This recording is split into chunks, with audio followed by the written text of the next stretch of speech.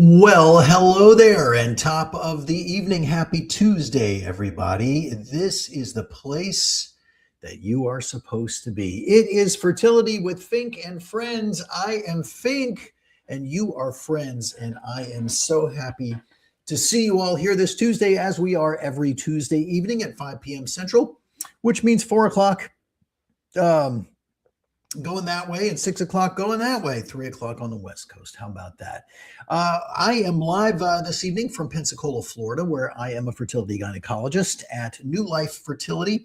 We have offices here in Pensacola and in Mobile, Alabama, and in Panama City. I also do some work with my dear colleagues at the Missouri Center for Reproductive Medicine in St. Louis and also in Tulsa. So whether you are joining from one of our local areas, either close by or perhaps far away as the other coasts, or across some of the oceans, as we have some folks who join us here from the Caribbean all the time, it is such a pleasure to see you on this Tuesday evening, and I hope your week is thus far going absolutely beautifully. Last week was spring break for many people. If you traveled, I hope your travel was uneventful.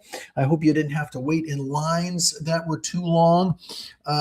Travel has really started to become quite a. It used to be that when you would travel, the travel was really part of the adventure. That your vacation or whatever started when you left home. And now, what with airline travel, it has become like a gauntlet that you have to survive on both the front and the back ends of your vacation. So, gosh, that does get old and tiresome, but at least we have the freedom to be able to go out and explore and experience this world of ours. So, and I hope you got to do a little bit of that this season. Hello to all my friends who are joining. Fertility nurse G. Bemmy. Hello. What a pleasure to have you. Hello, Aaron. Thank you for being here. And Finkity, who says, you're such a cool, smart, and charismatic guy. And I would expect you to say nothing less, because the apple doesn't fall far from the tree, to my daughter there, who made that very lovely, that very lovely greeting. Hi, KN Davidson, Noodles for Life, A. Clark, Simona. Hello, good evening, and welcome to you. Let's see, we've got Sarah over here and Sheila. We've got a bunch of folks already on the Facebook and the LinkedIn and the YouTube side. So that's coming from right here in the middle. And over here on this side, we have my Instagram, and that's Randy Fink MD. And here is New Life Fertility's Instagram right here. Please throw your questions this way, and we will have the opportunity to talk about all those things that are important tonight, all those things about making a family, about being a family, things about women's health, all the most important parts. That's what we're here to talk about. So at New Life Fertility here in Pensacola, this week is egg retrieval week. So we are busy doing egg retrievals, and that is always a busy time for us around here. And when I go to visit my colleagues in St. Louis, that's what I help with there, and typically do embryo transfers in Tulsa. I also have the ability to answer some questions here by email if you'd like to throw them in. But the email questions we won't really be able to get to until next show. So feel free to ask them through whatever app you are watching us on right now. But one of the email questions from last time, by the way, the email for that is askfertilitywithfink@firstfertility.com. Ask Fertility with Fink at firstfertility.com. A question that I got last time was why, I have a couple of them here. Why do some practices do batching for their IVF cycles? And the answer to that really has to do with the volume of cycles that we do. And so in some places where the practices are very, very high volume, such as where I used to work, it was more efficient to be able to offer that IVF service really every day of the week, typically except for Sunday. So we would do egg retrievals really every single day, so people we're still often batched. We're still sort of had to do with a maximum number of stimulation starts on any given day, so that we had not an unreasonable amount of egg retrievals on any given day. But it ultimately pertains to, how efficient is it for the laboratory? Because we have embryologists who work in the laboratory, and their workload needs to be, we need to be careful with that, because embryos are very, very fragile. And so we want our embryologists to be able to do their very best without having to become too fatigued looking through the microscope and dealing with those very, very tiny little humans. And having anesthesia and having monitoring, being able to do those on predictable days is something that is valued in practices that do batching. But in places where the volume is so high that they are able to just process people through constantly, then there's no reason to have to do that batching. Now, there are pluses and minuses to each. In general, there is no wrong answer to that. Batching is not harmful to people. Trying to put you on a calendar or on a schedule does not hurt your chances of pregnancy. It does not harm your eggs or your embryos. It really mostly has to do purely with logistics, or kind of just with the schedule. So hopefully that answered that question there. And another question I had was, what is the difference between HCG, LH, and Menopur? So that's a great question, because these are both medications that are used in IVF cycles, or I should say in ovarian stimulation cycles, because there are times that we can use those medications just for ovulation induction, but they get expensive. And so there are oral medications that we use for things like IUI, ovulation induction. It is just typically a little bit cheaper to use the oral medications.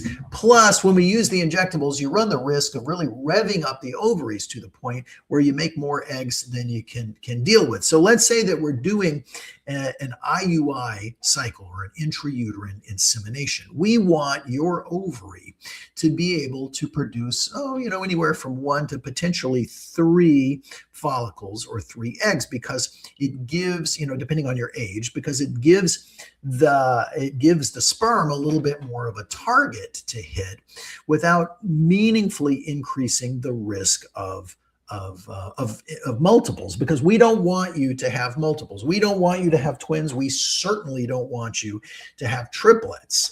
One healthy baby at a time is really what we're looking for.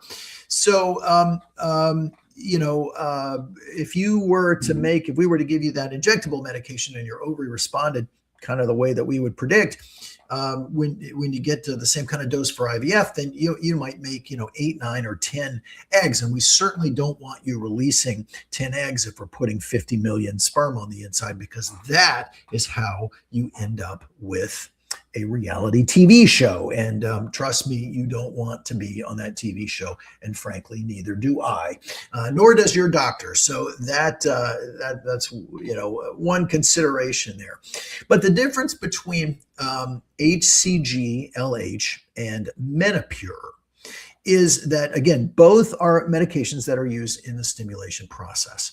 So HCG, or human chorionic gonadotropin, is the hormone that your body makes when you're pregnant, right? So when we do a pregnancy test, we're testing that HCG hormone. HCG functions in the body as a hormone that's called LH, or luteinizing hormone. FSH, or follicle stimulating hormone, this comes in the form of a medication known as Follistim or Gonal F. Those are the two forms of FSH. And if FSH is just FSH, Menopur is a medication, another injectable medication that is a combination of both FSH and some HCG, or the LH hormone.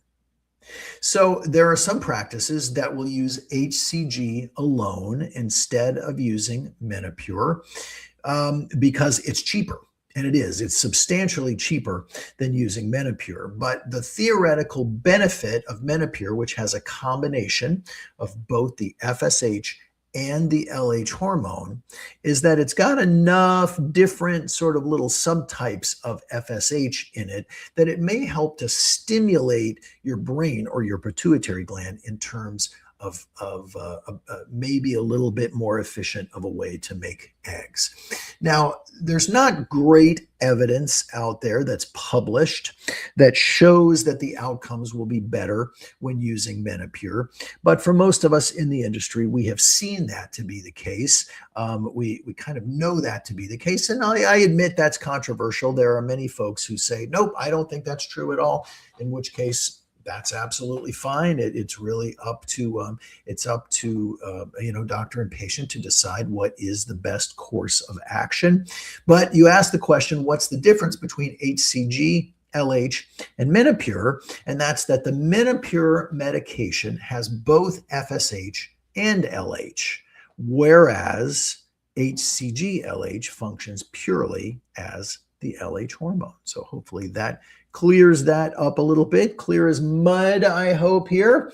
And let's see. Hi, Angela. Nice to see you here this evening. Thank you for being a part of my week. Hi, E. Winnick. Reed 67, good to see you there. El Manganata, I think that says. Shadia, hello, good evening to you. Noodles for Life says, started no Mincy's medicated FET post oral suppression, but my baseline showed a 25 millimeter follicle. My E2 was 35, so the doctor was not concerned. Will the cyst cause issues with the FET? And the answer to that is probably not. You're doing a medicated cycle FET, which means that we are giving you all that hormone. We're giving you all the estrogen you need. We're giving you all of the progesterone that you will need. Now, if that cyst that you had that was 2.5 centimeters, 25 millimeters, my first thought is, oh, well, maybe you're cycling and that's, an ovulatory follicle that you're just getting ready to release. Certainly, if that were the case, then yeah, that would mess with things. However, you told me there that your estradiol level was 35, which is an estrogen level that is consistent with being at the beginning of your menstrual cycle, which means that cyst is not producing hormones, which means it's not an ovulatory cyst. So in your situation there, I would say, nope, Noodles, I think you're okay with that cyst. I agree. You can leave it there and it shouldn't give you another bit of trouble. Now, one thing I will tell you is that when you do ultrasounds, you are still going to see some evidence of that cyst hanging out there. It's going to be there. So don't be alarmed about that. Sometimes we'll see these cystic structures in the ovaries at the beginning of a cycle, and people will, and they don't just disappear on their own automatically. And so people will worry about that and think, oh my gosh, this is going to cause me some kind of problem. They come back and they do another ultrasound. They say, oh no, my cyst is still there. That must mean something is wrong. Ovaries form cysts. That's what they do. That's really their job, because those cysts are really little egg houses. So what you're worried about there has to do is that egg house going to hormonally mess with anything? And I think in your situation, the answer is no, because you got it there and you're at an early cycle estrogen number. So good deal. I like it. A. Clark says, my doctor made a comment that my embryo implanted low. Is there anything to be concerned about or look out for? Well, that's an interesting observation. So first of all, you got an implantation. So congratulations. That is absolutely fantastic. So it sounds like you did an embryo transfer and you got a positive pregnancy test. And now you're at the point that you could do an ultrasound and see that pregnancy in your uterus. And my friend, that is cause for celebration. Next cause for celebration will be when you can look and you see that that heartbeat. Because once you look and you see that heartbeat, we know that roughly about 95% of those pregnancies will continue on. But that is wonderful, wonderful news. So does it mean anything that it implanted low? No, you really can't say anything about that this early in a pregnancy. Now, as the uterus grows, the embryo will or the pregnancy will move along with it. So, and most of the time, if it looks like it's something that's low, it kind of fully moves along.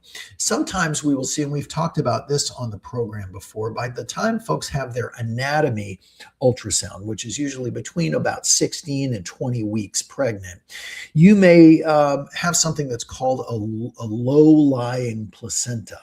And that's where the placenta is nearby to the opening of the cervix. Most of those things will continue to move out of the way and really don't cause you to have any problem as the pregnancy continues to grow and the uterus gets larger. The one caveat to that is something that's called a placenta previa. And a placenta previa is where that placenta sits right over the opening of the cervix. And that can be a problem because that can cause you to have bleeding. You can't deliver vaginally if the placenta is right over the cervix. And that's something that we have to watch for very carefully. But the fact that you're still dealing with an embryo that is at its, at and around its implantation time, nothing to worry about there. Now, I will say there's one caveat on that as well, and that is, well, we want to make sure that pregnancy is actually inside the uterus and that it's not in the cervix, because the cervix itself is not a place that a pregnancy will continue to grow. So, doesn't sound like that's the issue there, A. Clark, and congratulations on your great achievement. We are all really happy for you. Reed, we are excited. Reed is excited for a consultation on Friday, and so am I. Glad to hear that. Excellent. Howdy, Audrey. Amanda Morrison, hello, good evening. And Marlena, the wonderful Amber Vince is here from Kentucky. Haven't seen you around these parts for a while, but I do understand you're coming to these parts for a while because, by the way, just in case you weren't aware, Pensacola Beach was named the number one, that's right, the number one beach in the United States of America. The number two beach in the United States of America is actually Navarre Beach, which is one beach east of Pensacola Beach. So if you're thinking about a beach holiday, especially if you want to come on a beach holiday and get pregnant by that nice IVF doctor while you're there, Pensacola is the place to be. So I'll tell you that. Just my little plug there. Nice to see you, Amber. And also the wonderful and talented Angela Fox. Thank you, Practitioner Fox, for being here from the great state of the one that starts with the M. Now, is that Michigan? Is it Montana? Missouri? Wisconsin. No, that doesn't start with an M. Oh, Minnesota. That's the one. Yeah, sorry. I just always get that confused, but I'm very happy to have you here this evening. Let's see. We've got Florida. Florida Mama Lynn's is here over on the New Life side, and Diani 21. Howdy. Over on the Facebook side, we got a couple of questions here coming in. Thank you, folks, for joining us here tonight. Looks like Marquis Smith said, excited about IVF. Hopefully everything goes great. The wife was on weight loss meds, met her goal, and I am on Clomid. Taking the semen analysis again, praying for good results, and then the shots. Yeah, indeed. So I wish there was a way, actually, that we could do. Thank you, by the way, Marky, for joining in there, for being here with us tonight. I wish there was a way that we could get through life without having to do shots. When my kids were little, and we had to take them to the doctor. Now, don't think this is absolutely not a political statement, and I'm not trying to say anything about I am pro-vaccine, um, but I am anti-shot because when the kids have to get all those vaccines, hearing them cry and scream and run away and hide under the desk and everything else is very traumatic for a parent. I think it's traumatic for a child. We all have those memories of going to the doctor in childhood. So is it any wonder that people have some innate discomfort when being at the doctor's office as an adult, especially when there's shots involved. And maybe any of you guys are feel free to weigh in here, but I see a lot of people with tattoos. Tattoos are a very common part of our lives now, and I am told that it's a big difference. You can have a whole sleeve of tattoo or have tattoos all over your body, but giving blood, taking a blood test is a completely different thing. That needle is apparently totally different. And somebody just told me last week, yeah, when I get a tattoo, I relax, I fall asleep. When I get a blood test, I am just freaked out. It's a wonder to see people pass out getting a blood test who can be, literally covered in tattoos. I don't, personally, I don't understand it, but I just wish that we could get through life without needles, Peyton McFillan, hello, good evening to you. And let's see here. Amanda says, you helped me get my beautiful baby, almost 3-year-old daughter. Has it been that long, Amanda? My gosh. Thank you. I've transferred again, but no success. I have 10 day 3 embryos left. Should I try and push it to blast or just keep transferring? Well, that is that's a very good question. So, there's a couple of different ways to think about that. In many practices, we don't use the day 3 embryos. We prefer to grow them out to blast because when they're blastocysts, we know that they have a much higher probability of being able to give you a baby.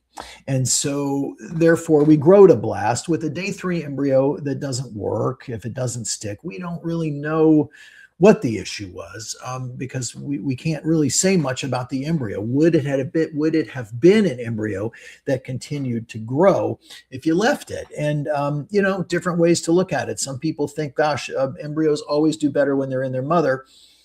Okay, instead of in the laboratory. And I think I get that, but some embryos that are day 3 are not going to continue to grow at all. And if you spend your time and if you spend your money, and more importantly, if you spend your emotional capital on doing embryo transfers that don't work, that's how you end up with an empty wallet and a broken heart. So my feeling is, if you've got those day 3 embryos, you can transfer multiple day 3 embryos. And I imagine that's what you're doing there, Amanda. You could, depending on age, you can transfer, at least 2 or 3 at a time, because the odds that multiple embryos will be normal and will stick is always is something that we assume is probably not the case in most scenarios. So you could do it that way, or you've got 10 embryos. If you want to thaw them and grow them to blast, it's going to let nature help you to select which embryos have a higher probability of being able to get you a baby. And to me, that feels like the right choice. I generally would not have recommended, even when we did day 3 embryos, I would not have recommended someone freeze 10 day 3 embryos, except for very specific circumstances, because that's just a lot of day 3 embryos without the ability to be able to predict which ones have a higher probability of getting you that baby. So, I think you can transfer multiple embryos, day 3s, and play the odds there. Or for fewer embryo transfers, grow them out to blast and then start transferring blasts. Marlena says, I am watching you from the beach. Oh, excellent. My Receptiva returned as a 4. I upped my vitamin C to 1,000. So yes, that is an important thing. So Marlena had a Receptiva test, which is the non-invasive test for endometriosis. And when we find endometriosis, or specifically the Receptiva test looks for a marker that's known as BCL6. BCL6 in the uterine lining means that your body will fight against your own progesterone. And remember, it's that progesterone that maintains the pregnancy. A Receptiva 4 is a positive test. One of the things that we recommend in that scenario is that you do start to get a little bit more vitamin C, and that is 1,000. So Marlena, you are paying attention. Love that. God, I am very impressed. And let's see. And then, when that Receptiva is positive, that means that we're going to give you some suppression. We're going to give you some hormonal suppression to turn off that BCL6, to turn off that endometriosis before we go to place an embryo inside. Hello, Logan, the therapist. Good evening. And David, how are you tonight? Hi, Sarah and Audrey Kristen. Peyton says, we are so thankful, sending all the good vibes and prayers your way, Marquis. That's a very nice thing, Peyton. Thank you for being a part of that. And let's see here. Peyton said, oh, well, we're so grateful. Our little girl will be here in September. Oh, man, that is so exciting.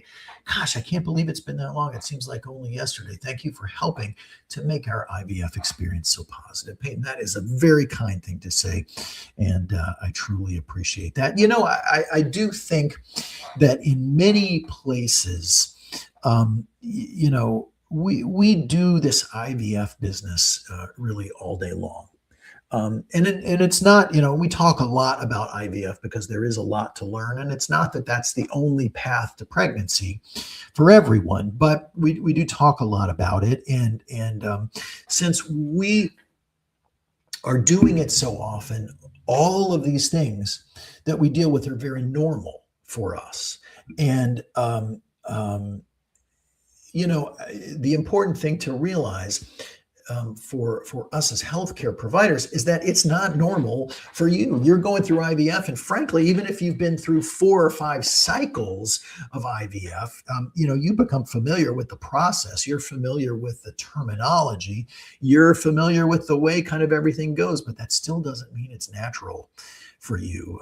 It's still a very hard process. And so, Peyton, I think one of the things that we really I try to bring to a focus here is that everyone deserves to feel special. Everyone deserves to be treated individually, uniquely.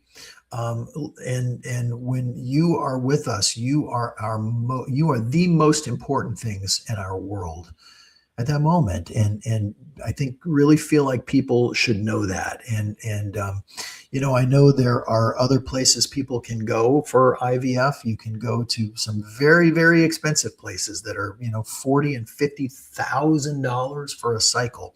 And they have big names. And you say, oh, that must be better because it's so expensive, right? They have a name. Oh, I recognize that name.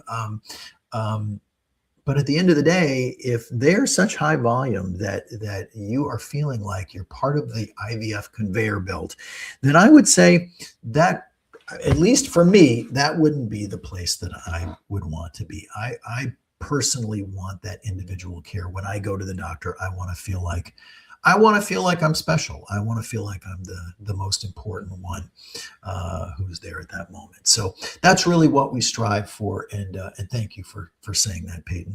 I really do appreciate it. Hey, folks, it's 5:30, bottom of the hour. So you know what time that means. It is time for the 5:30 Fuzzies with Fink. And if you are not in my time zone, if you're on the East Coast or on Mountain Time or on the West Coast, it's not 5:30, but it's still 30 minutes after. So just go with it, would you?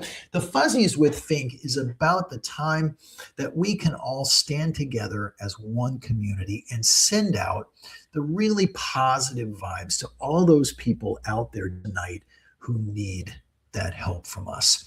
The fertility journey can be very lonely.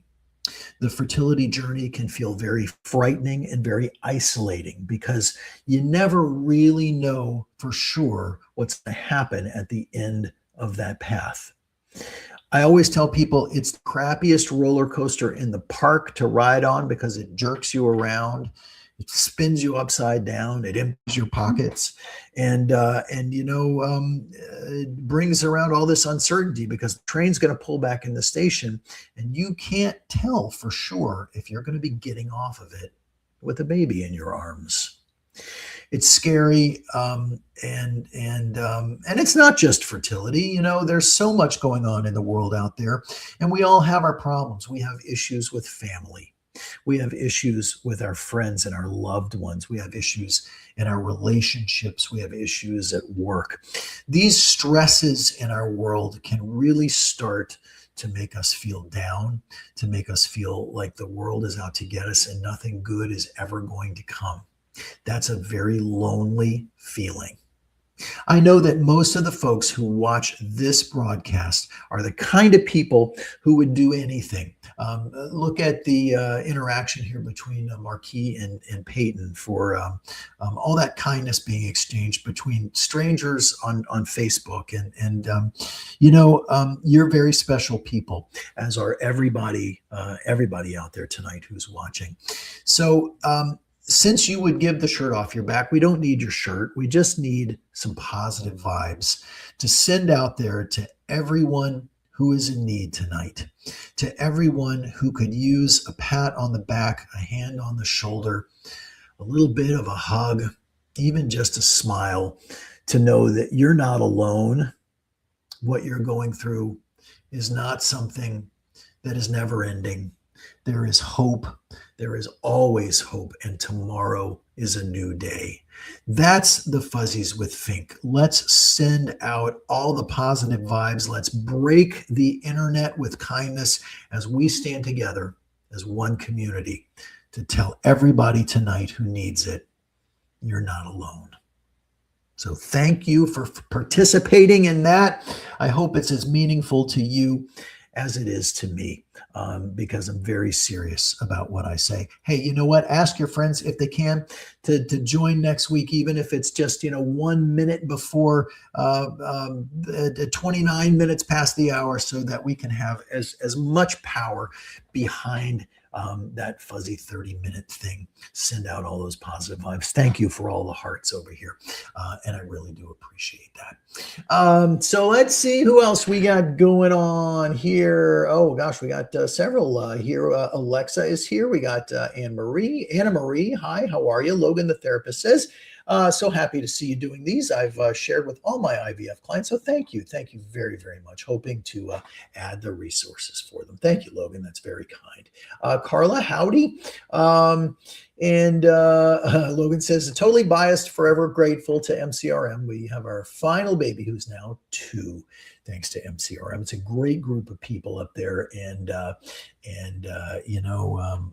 really happy to be a part, and even happier to know that you've got that 2-year-old at home. And what a wonderful, wonderful thing. I think 3 is way worse than 2. People talk about the terrible 2s. I think 3 was a lot harder, but 3 is also, it's still fun, because they start to sound like, start talking, and they've got that personality, but 4, I think, is really my favorite age.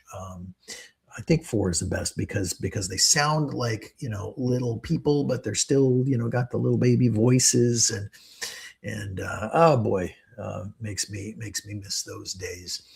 Mine, by the way, are 13, 17, and 19. So, but in my mind, I 100% can still, feel rocking them to sleep, and singing them songs, and doing all those fun things that we do, changing diapers and everything else, just honestly like it was yesterday. So when they tell you, boy, it goes by fast, man, I can't be honest enough with you how true that really is. Rachel, good evening. Rachel asks, how much does IVF cost without insurance? And I have to give you a vague and general answer to that, Rachel, because costs for IVF differ depending on where you are and depending on what you want to do. So there are places that offer IVF in the neighborhood of $4,000 to $6,000, including medications. In those centers, the care is often generalized, kind of one size fits most. The kind of contact and communication that you get may suffer some. So you have to be very self-directed. You have to be able to advocate for yourself in that system. But it is right for some people, and at that cost. That's a good thing. Where I am, it's on the order of about $10,000 or so for a cycle of IVF. Medications cost money. There are ways that you can save money on medications. There are costs of doing genetic testing, which we call PGT. Depends on whether you want to do that testing. It depends on whether you do fresh embryo transfers or frozen embryo transfers. Some practices charge up to about 18 or so thousand, which I think is probably roughly an average, and that can include many of the sperm preparation techniques that we use and things like the PGT testing.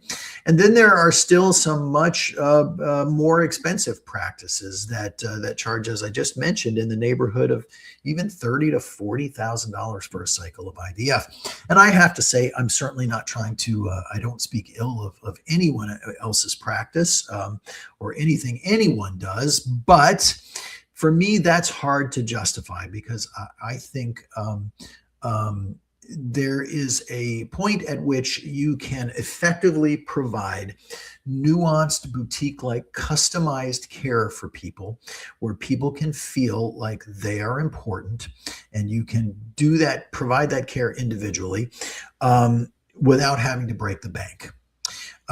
I think it probably costs a little bit more. When you're very low cost, you're going to appeal to an extremely high volume, and that's the only way that those practices can survive as a business. They have to do those very high volumes. But when you get into high volumes, there's a cost to you as a patient for that. You lose some of that personal touch.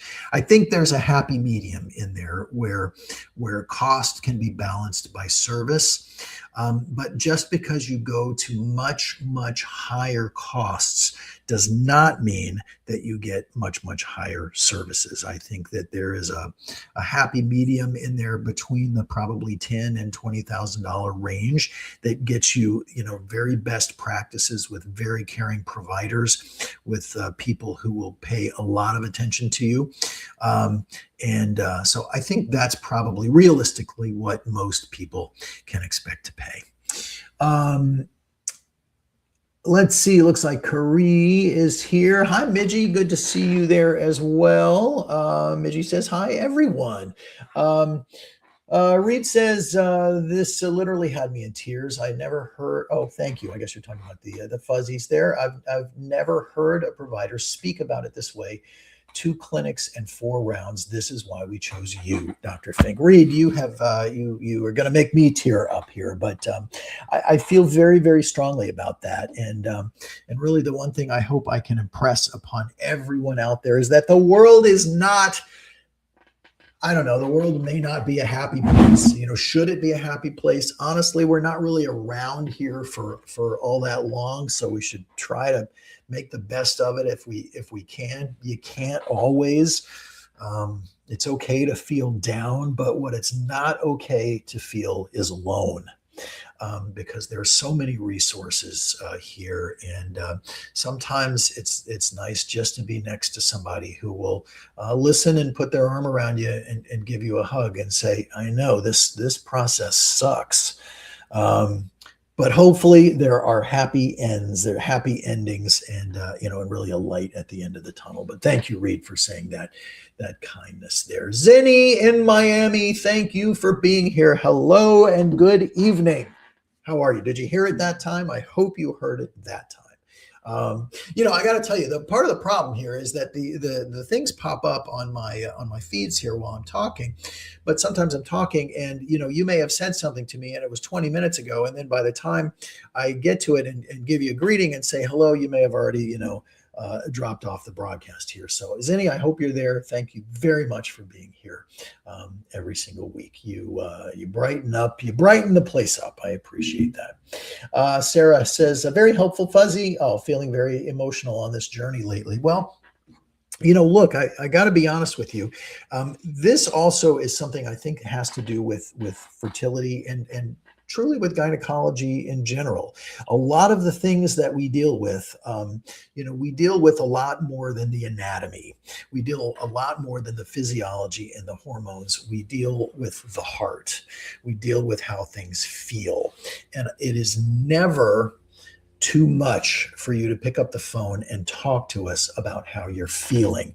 And it may be that, the person on the other end is used to hearing someone tell them about, well, I'm feeling bloated, or I'm feeling some pain on my left side, or I'm feeling, something that's physical, something that, we can address. Well, we should do an ultrasound and take a look. Or, well, you know what, let's check your hormone levels. Or, where are you in your cycle? Let me look at what's happening on your stim sheet.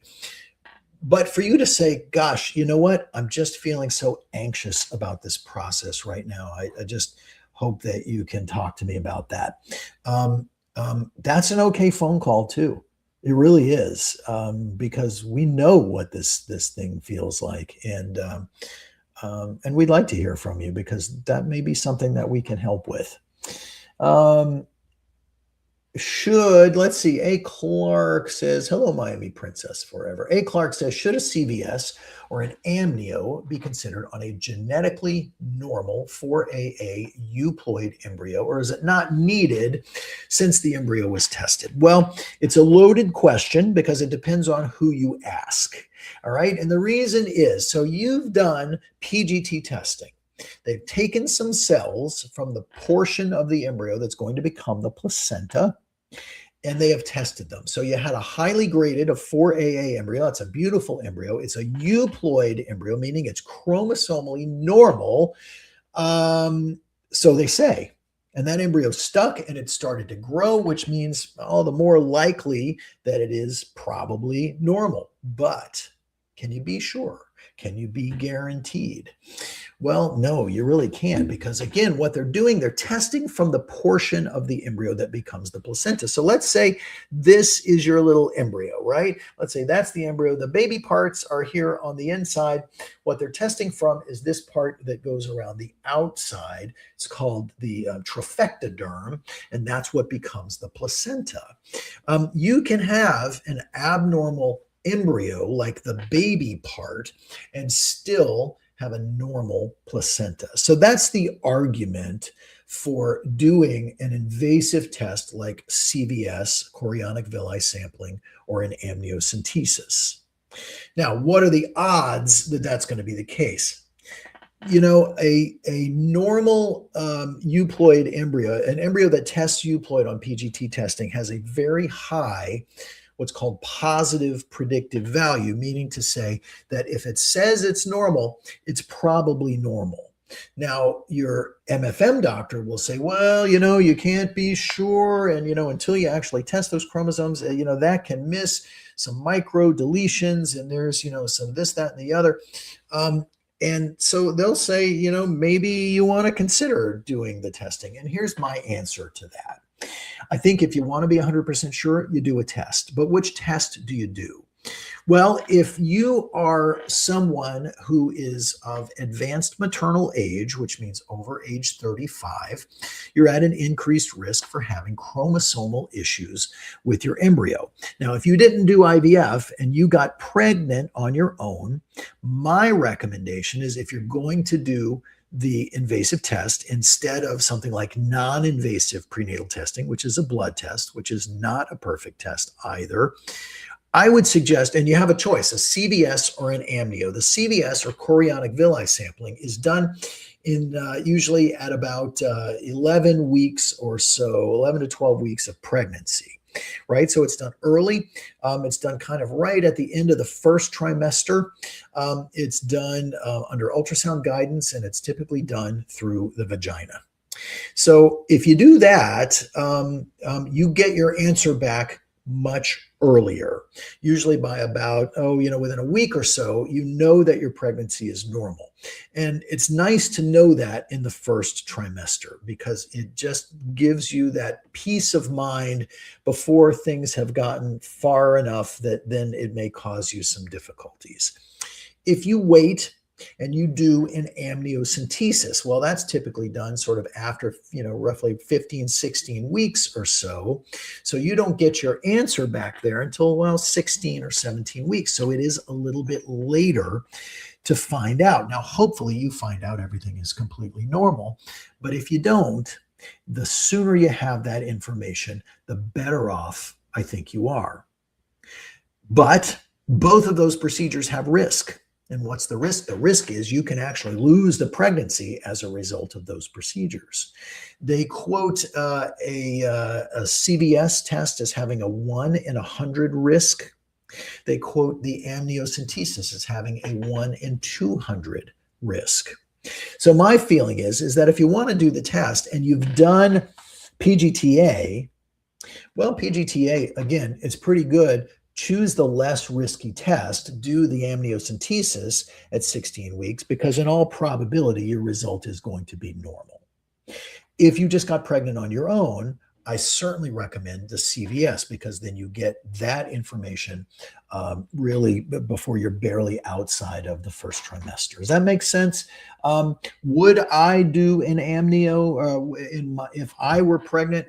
Believe me, I feel pregnant right here. But there are a lot of people who will tell you, "Oh gosh, you should," and you'll hear stories. Well, I did the PGT, but then when I did that testing, I found out, You'll hear that. Would I do it? I think for me personally, well, what I would do personally may not be the most important thing, but I'd feel pretty good with your PGT results. And NIPT, non-invasive prenatal testing, gives you some greater confidence that you don't have one of three things, and that's trisomy 13, trisomy 18, or trisomy 21, Down syndrome.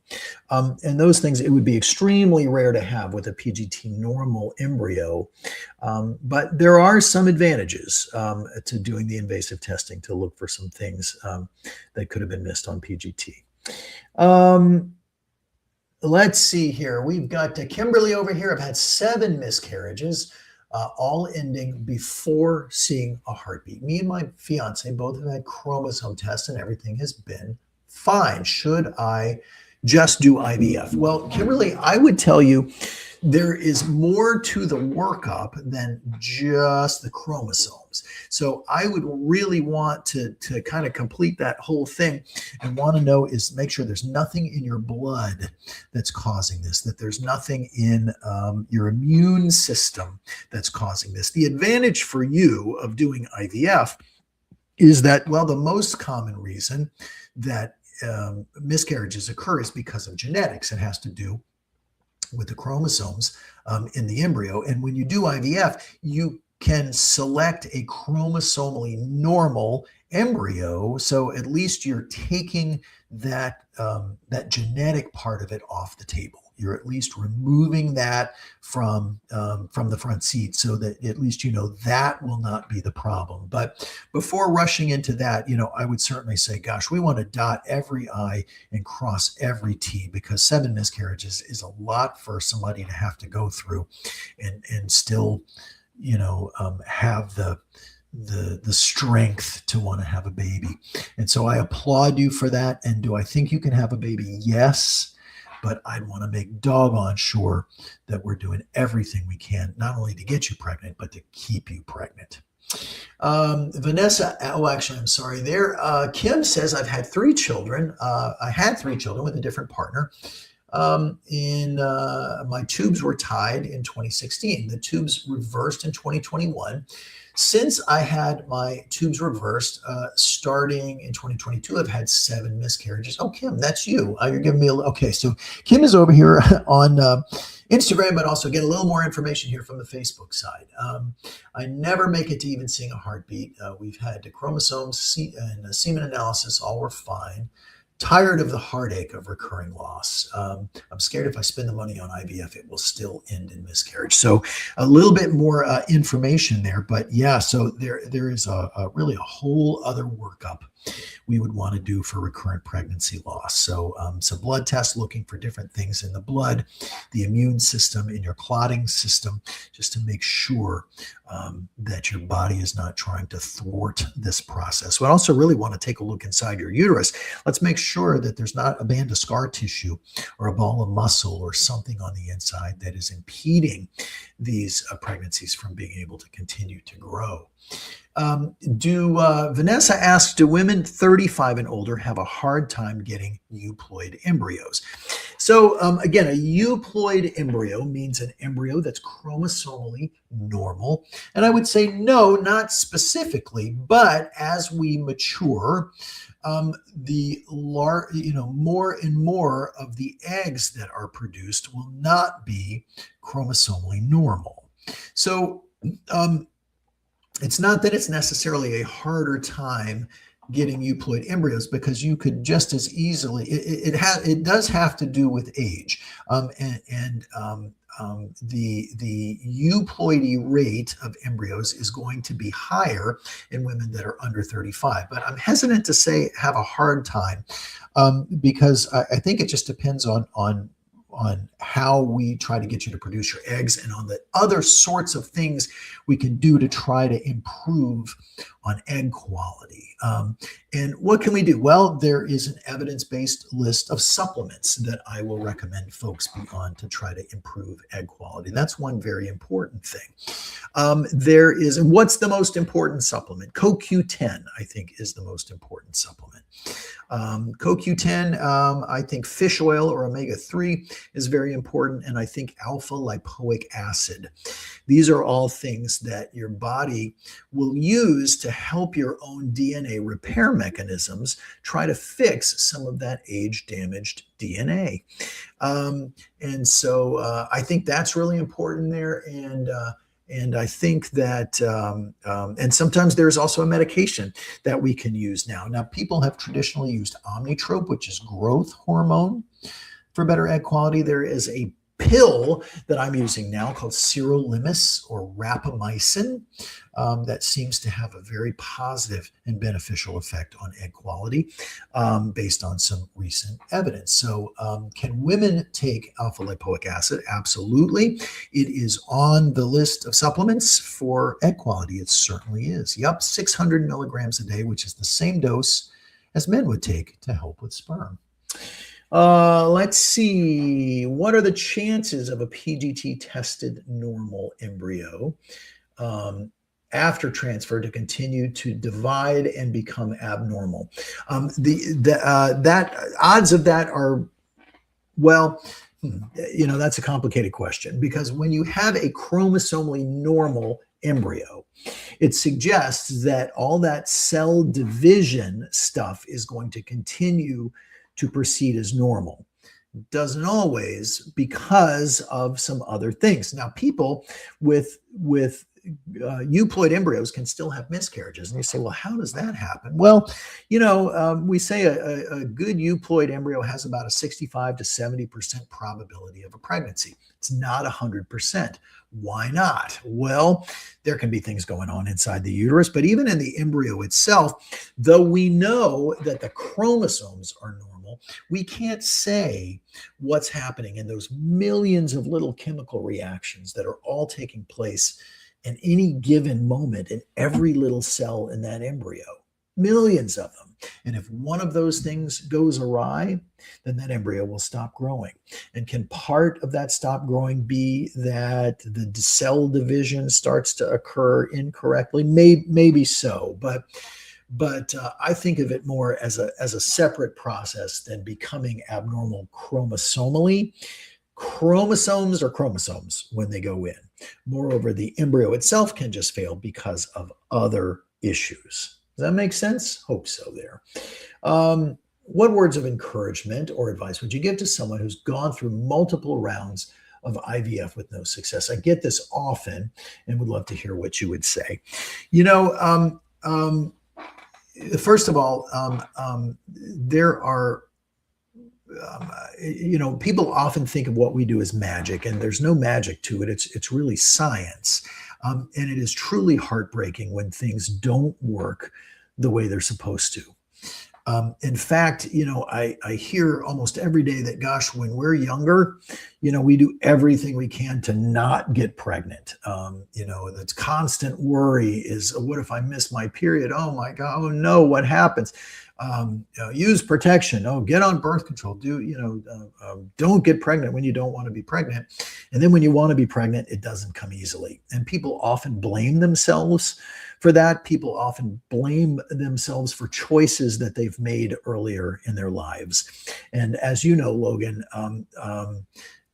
guilt is a very powerful motivator, and shame is a true thundercloud that hovers over us no matter what we do, and no matter whether those choices were relevant or have anything to do with where we are in our lives right now. So the first thing I would, try to encourage folks is that, this is not because of decisions that you've made before. You weren't ready to be pregnant before. You didn't have the right partner. It would have been potentially a disaster for you to have gotten pregnant with the wrong person and had a baby at the wrong time of your life. So don't fault yourself for not having done this sooner. And that is really a very realistic kind of thing. As it pertains to going through all those cycles of IVF, I would say it's time to get a fresh eye, to get a fresh look at what was done and whether anything could be done different. But I will say that there's also a time to say, you know what, I think IVF is not going to be the solution here, or that using my own egg is just not going to be viable. Now, most of the time when people go through this process, do they have a normal egg in their bodies? Of course they do. I wish there was some way that we could selectively just say, you know what, I want that egg, that one, and that one, because those are the normal ones. You can keep all the rest. Unfortunately, the science, just isn't there at this juncture. And so we deal with getting the abnormal eggs, which don't give us success.